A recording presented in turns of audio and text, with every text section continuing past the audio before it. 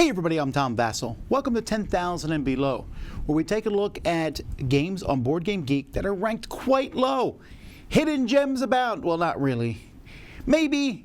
Who knows? Let's see what we can find. Today we're at 17,201, which is quite low, but you never know what we'll find. Let's get started.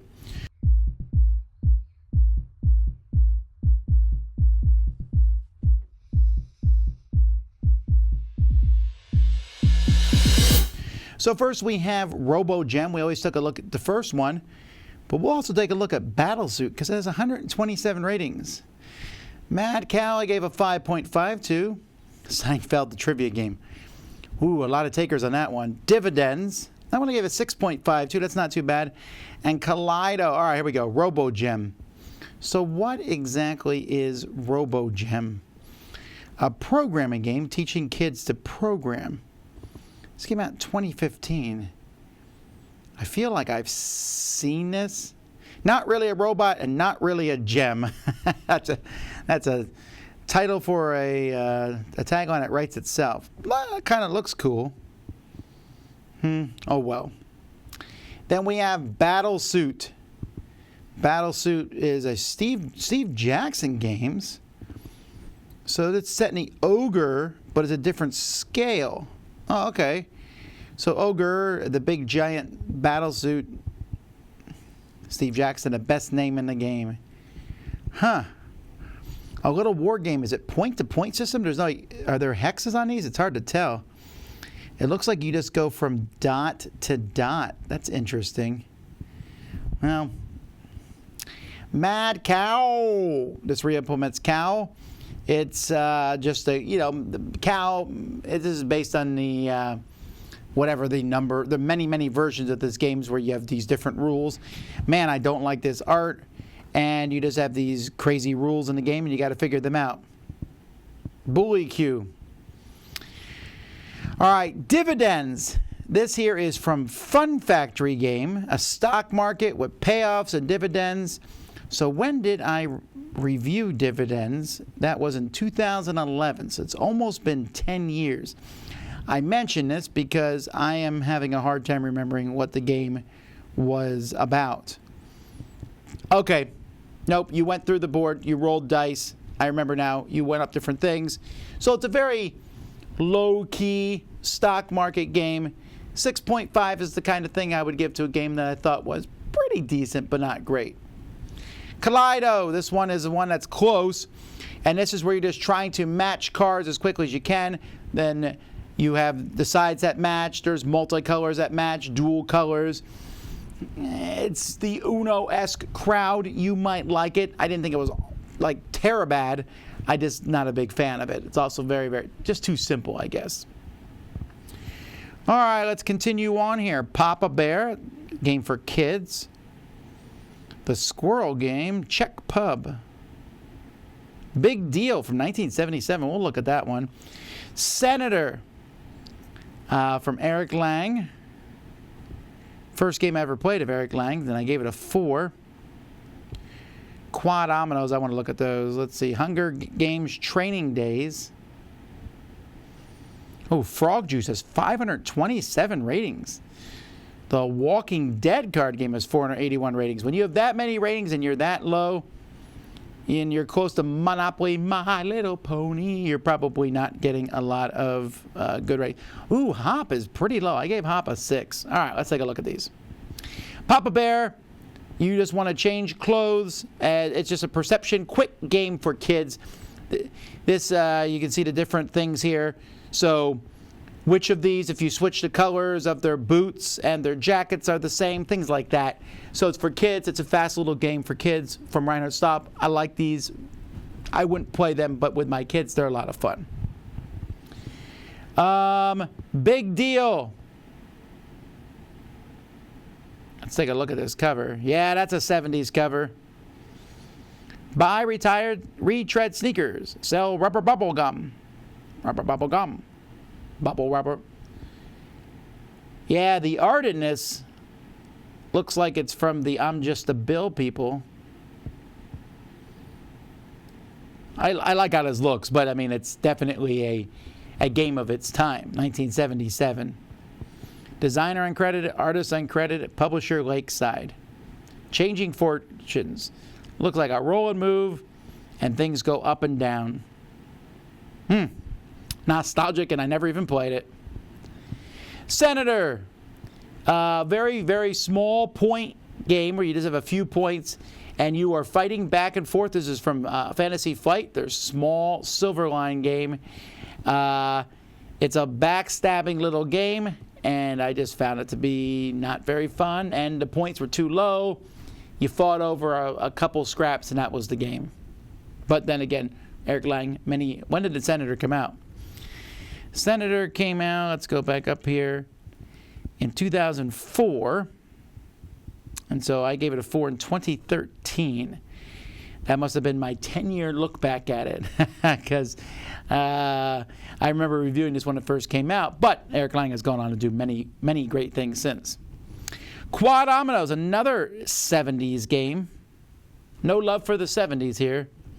Dominoes with 4 numbers in the corner. I guess you have to match all four. I'm going to try to look here. I see. Those are cool looking tiles up with the raised numbers. The Hunger Games, Training Days. I gave this a 5.5. This is a WizKids game, I think, right? Yeah. Man, I remember this game actually made it into stores. I saw this at Barnes & Noble's, and this was before Barnes & Noble's had the vast game collection that they do now. And I remember being very impressed with it. But when they got the rights to this game, they obviously didn't get the rights to much. There's not many pictures from the game. The game components, everything was small. There were some decent ideas about putting these chips and numbers together, but it was too small, felt a little clunky, and it felt like a game rushed to the market just to take advantage of the Hunger Games. Frog Juice, definitely a kid's game from Game Right, with some funky looking cards. Almost look like a tarot deck. The Walking Dead card game. Woof. This is pretty low rated. Cryptozoic here. Wolfgang Kramer designed this game? Wait a minute. Oh, I don't know why that shows a picture of the comic there. Wolfgang Kramer designed this game. Re-implement 6NIP. That's what I wondered. So this just put a bunch of things. So why is it ranked so low? Because 6NIP is fine. Maybe because 6NIP has nothing to do with the theme. The dumbest retheming of an abstract card game.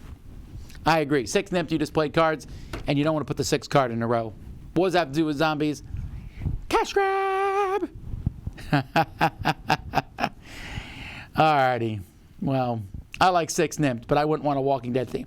Hop, which could go down in most overproduced game of all time. I mean, look at this game.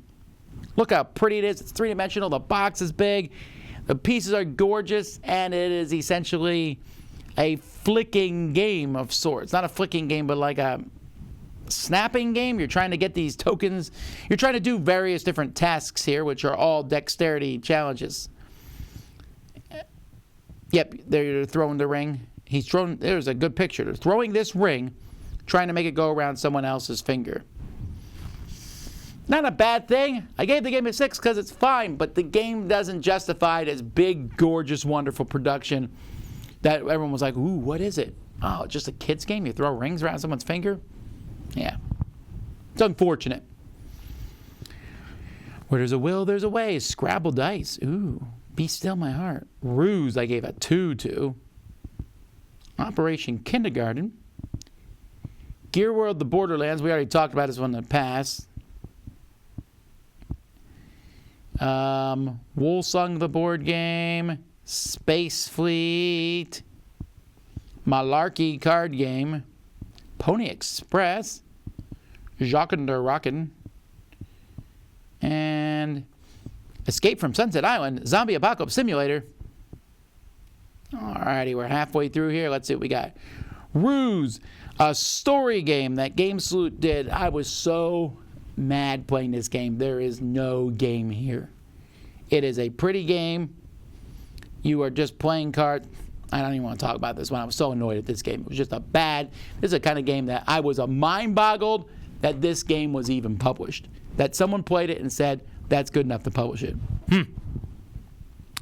Operation Kindergartner from Ludi Creations. Ludi Creations has a lot of low-ranked games. They have a lot of games that are cool and fun, and I look forward to some of their stuff. This is one that did not do so well. This is kindergartners running around fighting each other. I don't believe I played this. I know Eric Summer played it. It looked okay. I think he said it was too long for what it was. I don't remember. Gear World is the game that should have been amazing. It's from the same people who made Cosmic Encounter and Dune. It's a trilogy of games. This is the one no one talks about. It's that bad. As you can see, it's really low rated. I gave it a 3. It is essentially a, plastic figures on a map style game look, but it's really dull and boring, unfortunately. It was originally Borderlands, I believe, and then they added in the steampunk. Fantasy Flight added a steampunk theme. Trivial Pursuit, Star Wars Classic Trilogy version. I don't really like Trivial Pursuit. I don't especially like Trivial Pursuit. That's very specific here. Really? Like, who's the first character seen in Empire Strikes Back? I might figure that one out. But what, according to Han Solo, was Leia afraid he would leave Hoth without giving her? What? Wow, what was Yoda's last word? Shut up, Luke. I don't even remember. But see, if you play someone who does, they're going to massacre you in this. Woolsung the board game. So that's kind of a funky cover there. It's a robot. Some sort of futuristic game. A lot of ratings for a game that's not rated very highly. Oh, too bad. That looks kind of cool. All those different cubes moving around, making robots. Oh, well. Who's the publisher of this one, I wonder? Kuznia Gear. Family game for 2 to 4 players. Well, it was nominated for Game of the Year in 2009, but it is ranked low enough on here that's probably not true. Space Fleet. This is from Games Workshop, from Andy Jones and Jervis Johnson, who did many of their games. This one's ranked lower. Is this set in the Warhammer universe? Because those sure look like Warhammer colors. Oh, it's the ancestor of Battlefleet Gothic. And yes, it is set in the Warhammer 40k universe. Programming 13 moves. So why is it ranked so low? I'm curious what the ratings look like on this one. Still have the miniature. Throwing dice into a box lid. For kids. You need to answer it. Dropping dice into a box lid. What were they thinking? That sounds awful. I mean, all right, not awful.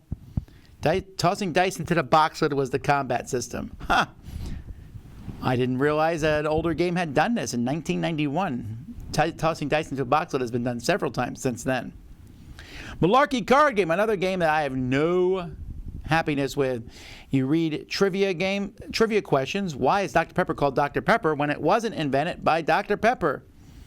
And then you give the correct answer or make up an answer, and everyone else must guess which. So let me see. Why do so many mass mailers use return envelopes with windows? And I would say, well, it's required by governmental law in 1862. I don't know, but you'd have to guess if I'm lying or not. The problem is, if someone's not good at lying, this game is no good for them at all. Pony Express from Abacus Spiel. This is from Alan Moon. Quite a low-ranked game, actually.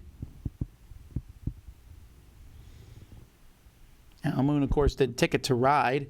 I've not played this one, but it has Tom on it. Bill, nice 3-letter names there. Sam, Tom, Ray, Bill, Joe.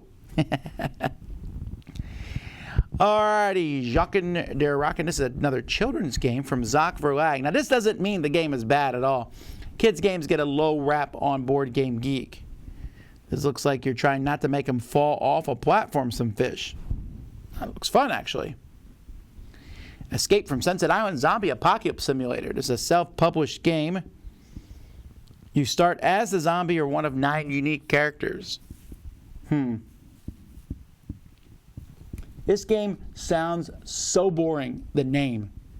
A zombie apocalypse simulator. Well, if you get caught, you become a zombie. It looks okay. Alrighty, let's continue on. What else we got here? A game called Difference.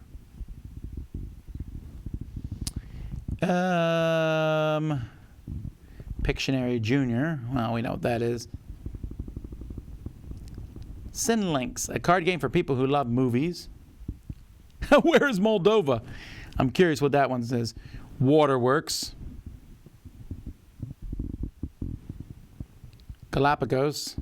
Zomplex. Banana Party.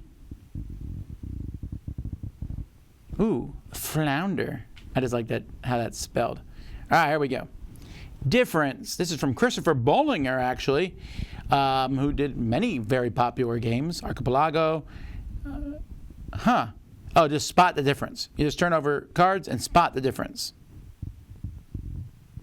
Okay. Well, I can see why people don't like that. That is a one-note game. And you can only play it probably once because you probably remember what the differences are. There are better versions of this where all the cards have a minor difference between them, but they're all the same picture. I think that's better because you're not sure what anything is missing. Here, once you play through it, I think you would know what the difference is, I guess. Pictionary Jr. is Pictionary Jr. What else can I say? Cinelinx, Cinelinx, card game for people who love movies. You connect movies, so you're basically... Did I play this? I know that you place these cards out and you connect them together if you can name a movie that has both things in it. Man, I really feel like I've played this once. But you got to really love movies to want to play this. Like playing the Kevin Bacon game, but really slowly. Where is Moldova? You need to get 5 or more bordering countries by answering trivia questions, challenging others for control. So trivia, and take that, and a map of Europe. I cannot believe this didn't sell better. I do like the name, though. Waterworks, one of the most famous games that's out there. Comes with some great little metal wrenches. I really wish I could find a better use for these. Use those. And the cards, the artwork for this game looks good. Everything about this game is good except the game itself. It's like a meal-borne type game where you're building these pipes and then putting leaky pipes in other people's pipes. But a lot of people have played this one. Galapagos. I remember when this came out from Amigo, I was pretty pumped about this. I hunted down an English translation of the rules. Unfortunately, here it is rolling dice and the different terrains. It looks almost like a Catan game, right? And you're accomplishing goals. It's really light to the point where it's just not worth playing. I gave it a 5.5. It's not bad. It's just too light that there's not even that much of a game there. Zomplex. I know I talked about this one on a previous list. We redid the numbers here in September of 2020, and I talked about how weird and funky this game was, and the people came to Board Game Geek dressed up in not those outfits. They were wearing very like cult-like outfits, but it's a very clunky, abstract game with this weird theme. Banana Party. This is from Queen Games. Now, normally I like the Queen games, kids games. This one's okay. The idea here of hanging these things on the other side and poking these holes through the board and pulling them out, I like that concept, and it works okay. It's for kids for sure. Like kids. Queen Games makes a lot of good kids games. This one would be on the lower end of the ones they make, but still it's fun, but for kids. Flounder. Wow. That looks like a greeting card box or maybe a Bible.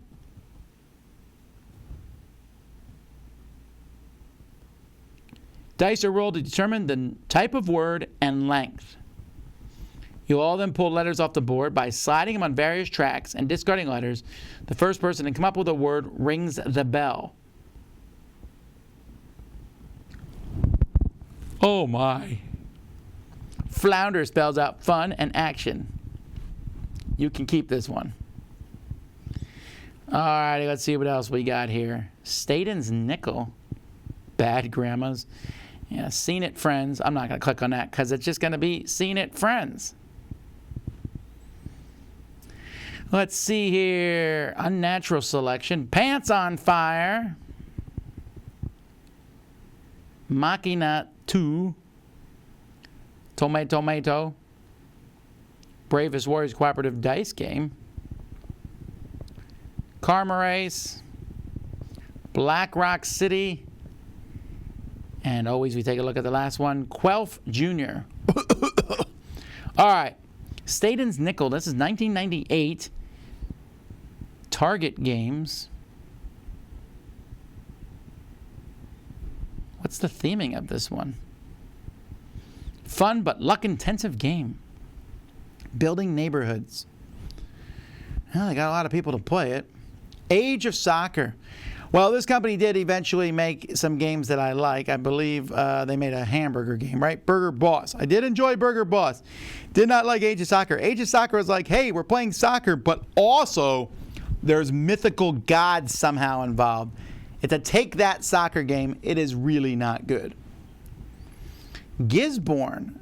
So Gisborne is kind of it's a racing style game, I believe, where you're moving these things down. I wanted to like this one more than I did. It looked interesting.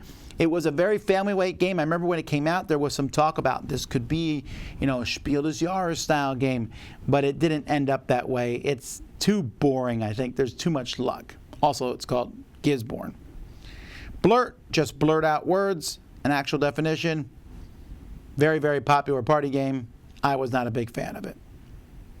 Unnatural Selection from R&R Games. You play cards to fight in an arena, and then you try to sway the judge. Man, there's a lot of these games out there. This is the kind of game if someone came to me, hey, we're going to make a game where you have something and you need to explain why this would beat this and this. I'd be like, stop making these games. I mean, these are funny ideas and all, but this has just been done so many times. Also from R&R Games, Pants on Fire. You're given 3 different generic descriptions of feeling situations. You write down events from your own lives that match them, but one must be true, one's a lie, and one's false or true. I like this as an icebreaker, but again, it falls into that problem that some people just aren't good liars. Machina II. This is from Ignacy Trzewiczek. Oh, Portal Games. This is, I think, one of the ones that Z said is not very good. He did Machina in 2002. Everyone's an engineer working on their prototypes. Ignacy insists this is a good game. I've not played it, so I wouldn't know. But I would say this. It's ranked 17,309. Which is weird, because it dropped since I pulled this list. Tomato. This is, you just put a bunch of cards in order and you got to say them. Tomato. That's the whole game. It was re-implemented by Yanagi. Oh my word. All right. So that would be worse, I think. Bravest Warriors Cooperative Dice Game is from Cryptozoic. Now, I don't think I've ever seen the cartoon Bravest Warriors. I know a lot of people really like it. Wonder why it's ranked so low. Let's see what the comments say. Super luck-based and cooperative. It's not a co-op. It's a solitary game you pretend to play cooperatively. Ah, cute. Lucky. Solo game. Lucky. Well, there you go. Karma Race. This is from Bored to Death. Bored to Death does a lot of reviews of board games. This is their first game. They actually made several car racing games. This one I didn't think it was that good. The idea of racing on different vehicles around the board, and you are you, and you got to get somewhere before everybody else. It sounded really good, but the game was just not a very good game. It was too lucky. It just felt like a very poorly designed game. Black Rock City. You have outlaws and you're attacking the sheriff. Looks very thematic in that picture, right? When did I review this one? 2013. So it's been a while. I don't remember all the details.